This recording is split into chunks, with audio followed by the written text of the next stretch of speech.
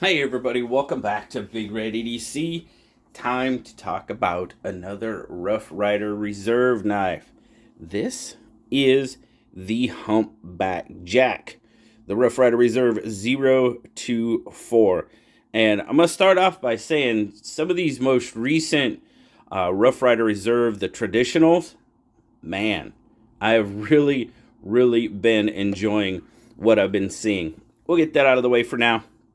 But this one, hey guys, it's not denim micarta. It's this really nice brown burlap micarta. Now it is, you can tell it's kind of polished, so it's not that rough burlap. It's a polished burlap, but it's still got some decent grip to it. Of course, you've got the bomb shield, brass pins, brass liners.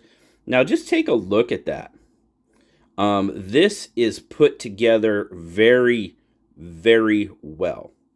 Um, in the beginning, we might have saw some tiny gapping from Rough Rider Reserve, but these recent ones have been done very well. And now this guy, I'll just tell you right off the bat, this one goes for, I believe it's $64.99. Yeah, $64.99. D2 steel, the burlap micarta. They're doing it right, guys. They're really doing it right, in my opinion. Now there is a Damascus version of this as well, and I believe that one goes for right around 90. But everything is chamfered very well. Now the scales, I guess I shouldn't say chamfered, but it's had the attention paid to it that it needs, which I'm really happy to see. It's very good. Centering, I mean, that's pretty much dead center. I don't think it can get any more center than that. You've got the match strike pull to come open. Just very well done. Now, this one, the pull is probably, I would give it probably close to a 6, 5.5 to 6. You've got some decent tension. Of course, you can see there, you do have a half stop. Nice pop on that spring. So probably close to a 6 and about the same from the half stop, fully open. You've got your choil there. There's your Rough Rider Reserve 024 D2. Yep, they're made in China. But a nice sheep's foot blade. This thing did pretty well. I take these to work and try them out on the rope and stuff, and this one did pretty darn good. Yes it did. Yes, it did. I mean, that's pretty much a lot of your sailors' knives. This sheep's foot blade works out very well. It's the reason why they use them. But this is a pretty good size knife, guys. What do we got overall? I'll center it up for you. So a little bit better, but 1, 2, 3, 4, 5, 6, 7, 8. I mean, you're looking at an 8.5-inch knife. So this is a really good size knife. Pretty much a 5-inch handle, 3.5-inch blade, and then your cutting edge is going to be right about 3.25-ish, maybe just a hair over. And of course, I mean, you've got plenty of handle. I mean, honestly, for this one, we're approaching kind of almost too big for my hand.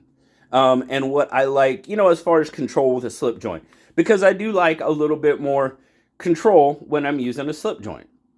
Obviously, the factor, it's a non-locking knife, everything, and I get that. I've had conversations with people about slip joints and not locking, and I get it.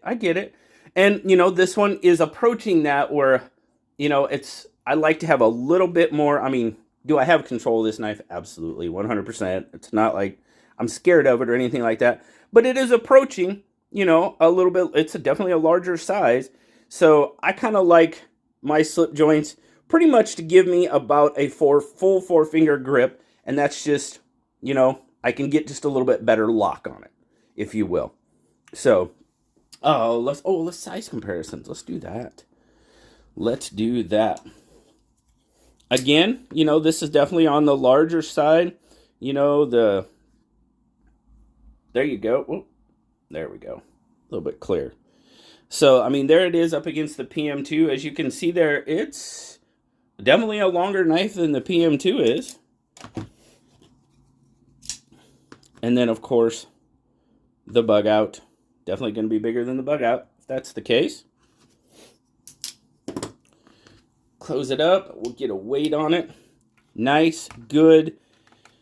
I don't know. It's kind of hefty, but not. We'll start out in grams for our friends across the ocean. 121 and 4.3 ounces. So it's definitely got some size to it, which is, like I said, which is good. I mean, carry now. I don't have a slip big enough. I still don't have a slip big enough. Man, I got to talk to Joe or something. Get me just a little bit longer slip to carry some of these knives in because, well, I do. I slip carry pretty much all of my slip joints just to keep them, you know, looking pretty nice. So very, very nice overall. I mean, it's got a really good feeling hand. Of course, there you go. You got your humpback right there, your humpback jack. Does it really aid or hinder in it? Well, it doesn't. It doesn't necessarily aid in the grip, and it doesn't hinder my grip at all. I know I had somebody ask me about that, and kind of like a swell center, not really.